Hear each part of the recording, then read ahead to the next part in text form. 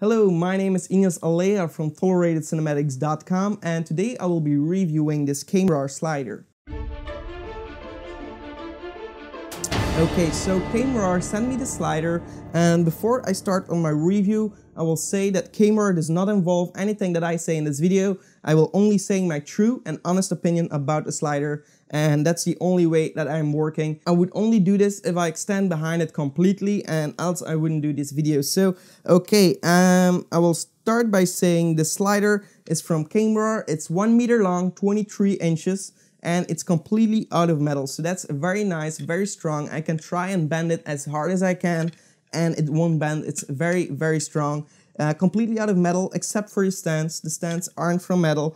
The plate is, and this thing here isn't from the Kamerar slider, so it doesn't come with the slider, this part here. So that's something that you would have to buy apart. I already had it lying around here, so that's why I put it on here. But I think it's a must-have for every slider, so you can really put your camera in different angles, different positions, move it down, move it up, and yeah, even if you go vertically, that you can mount your camera on there easily to do any work that you need to do. So that's something that I got apart. So the Kamerar slider itself is actually very nice in my opinion. It's very small, and for me that's actually perfect. So I already have another slider that's actually very large. It's also motorized, so I really like the other slider as well. The only downside on the other slider is it's very heavy. It's also very long, so really difficult to take it with me. Even in my own car I can hardly put it in there because it's so large. It's motorized, so it needs battery, and it's a lot heavier because of the motor on there. And it takes a lot of setup time. Well, not a lot, but in comparison with this one, it does have a lot of setup time. This one, you just take it with you in your bag or whatever. You can disconnect the stands if it bothers you. You can mount it very quickly. You can mount it on a tripod right over here.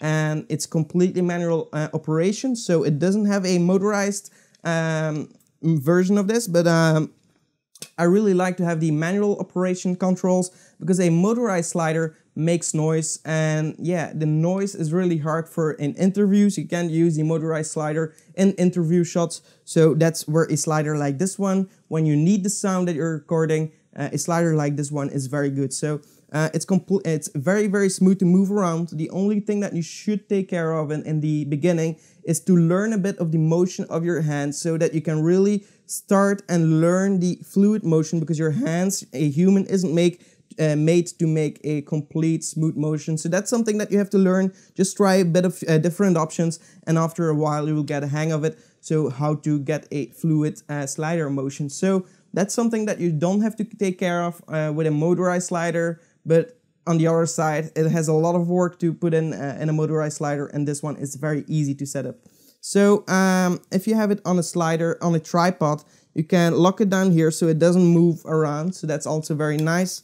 And you have screws here on the downside that you can mount on a tripod right in the middle here. And as I said, it's completely out of metal, but it's very, very light. So that's something that I really like as well, because the other one is way too heavy. I have it in a box right now, in a wooden box, and to take it with us, it takes 2 guys to put it in a car. This one, I can just easily take it with one hand with any problems. So that's also very nice in my occasion. So for smaller shoots, for quicker shoots, this is really the way to go. One of the most positive things about the slider is actually something that I didn't mention yet. It's the price. If you go and check out their website, you will see the price.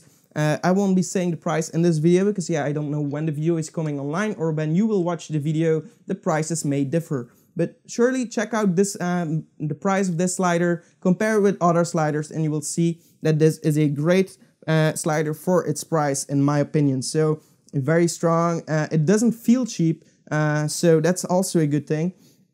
And so yeah, I will surely use this in more shoots than I use my motorized slider, because I can just easily take it with me, and I really love slider shots. It takes your production to a whole different level. The smooth slider shots, especially in interiors, where you do architecture, visualizations or something like that, it really, really gives your video a whole different feeling, a very cinematic feeling. And I love slider shots, so that's something that I really like. So yeah, that's about it about the slider. Nothing much more to say. The only thing that I want to say is they also have a longer version. I have the shorter version, but because I prefer the shorter version, it comes with stands like these. If you put it on a surface, you can screw on here to make it level. So that's also very nice, that you can position it correctly on your surface. And over here you can see when it's leveled.